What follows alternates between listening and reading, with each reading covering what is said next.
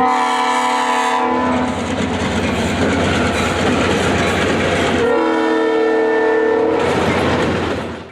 and welcome to This Month on the Railroad, my monthly video series where I discuss each month's train-related news in North America.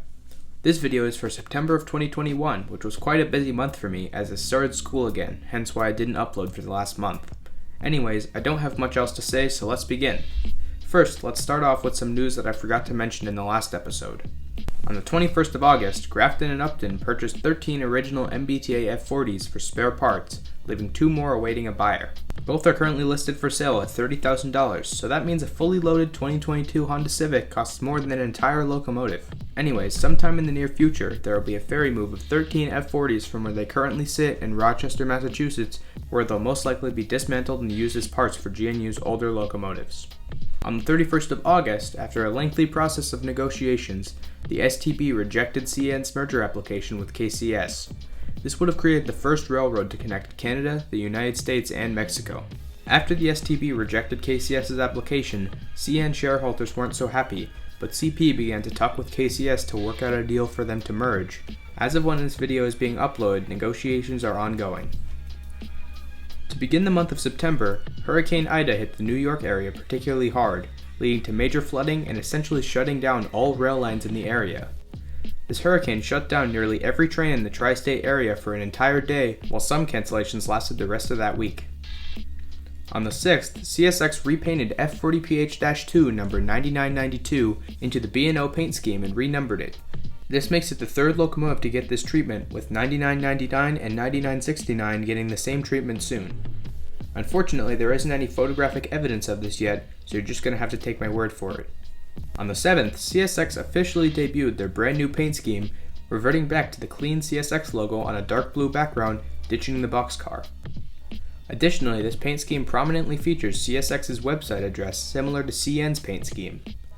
I'm not sure what rail fans will call this paint scheme, but no matter what it's called, I think it looks much better than YN3B, and I don't think the boxcar will be missed by many.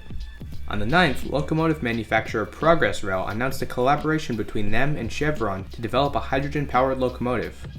A demonstrator locomotive will likely be completed within a year or two, along with Canadian Pacific's own hydrogen concept locomotive, which will also debut in 2022. I'm currently working on a video talking about whether hydrogen trains can work on American railroads, so I guess keep an eye out for that sometime in the near future. On the 12th, KCS accepted Canadian Pacific's merger offer after realizing that there was no chance CN would be able to merge with them after being rejected by the STB. I guess now we're back to having a CP-KCS merger on the horizon, as that's how it was before CN stepped in. Once again, negotiations are ongoing, so for now, we still don't know what'll happen. On the 13th, Wabtec received their first order for a battery-powered locomotive while their BEL-44C4D locomotive was touring the country. Surprisingly, the company that ordered this locomotive wasn't observing that locomotive on tour, as it was a small Australian mining company known as Roy Hill. They ordered 1 locomotive, which will be delivered in 2023. Also, yes, I know this isn't technically North American train news, but Wabtec is a North American company, so that's close enough. On the 16th, Canada's Go Transit announced that they would begin a new service from Toronto, Ontario to London, Ontario. Service on this route will begin on October 18th, with new 4-hour one-way trips between the two cities. As far as I know, this might be the longest distance commuter rail route in the continent now. On the 17th, Amtrak revealed their 5th and final 50th anniversary locomotive. This P42DC number 160 is painted in the rendition of Phase 3 that was originally seen on the Dash 8 locomotives when they were delivered. This paint scheme, known as the Pepsi Can paint scheme to rail fans, looks pretty cool on a Genesis, but if I'm honest, I think I like the paint scheme on 108 more. 160 was the last locomotive of the 5 that were repainted to heritage units, and I'm really hoping they get them together for a picture of all 5 as they did with the original 40th anniversary units 10 years ago.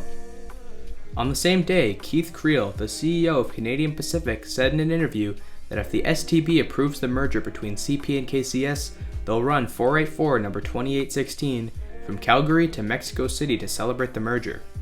In order for this to happen, 2816 will require a full overhaul, as mandated by the FRA. On the 20th, the Nevada Northern Railway completed its restoration of circa 1917 280 number 81 after the locomotive didn't run for 63 years. Now that 81 is complete, the museum plans to begin work on 460 number 40. On the 24th, the first Siemens-built VIARail train set left their plant in Florida, California, bound for Canada. This has been a big year at Siemens, with them providing new equipment for both Amtrak and VIARail. This train set is the first in an order of 16.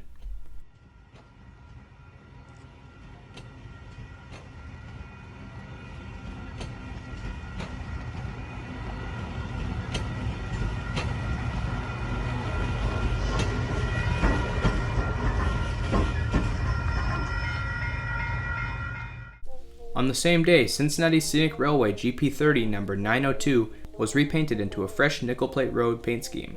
On that same day, it ran on a doubleheader with sister unit number 901, another GP30 pulling multiple Scenic trains, including one fundraiser train to help pay for the repainting of 902. On the 28th, a Siemens Brightline train set was unveiled at the Siemens plant in Florin, California. This new train set is part of an order for an additional 5 train sets ordered for Brightline's Orlando expansion.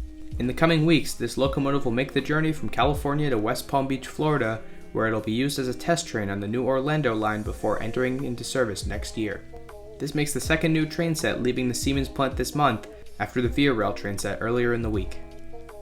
After the first train set, 4 more trains will be delivered to Brightline, in addition to 1 extra locomotive to serve as protect power somewhere along the line.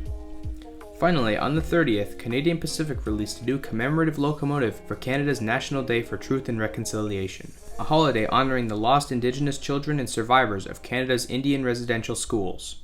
This locomotive, painted in an all-orange paint scheme, displays the phrase "Every Child Matters," which was a livery designed by a 13-year-old Indigenous kid. Not only is this a cool-looking locomotive, but it's also great for raising awareness and learning about the Indigenous peoples and their culture. I also think it's pretty cool that Canadian Pacific listened to a kid who wrote to them over the summer, encouraging them to make this unit. Well, that wraps up the month of September. This month was a pretty good month in terms of railroad news, but I didn't really upload much because of school. Don't worry though, I have a bunch of videos in the works, such as a follow-up to my successful Amtrak video, and also a new episode of Rebuilt, which I haven't done in a while. That script is all ready to go, so if all goes according to plan, that video should be out before November. Anyways, with that said, thanks for watching, and I'll see you soon in another video.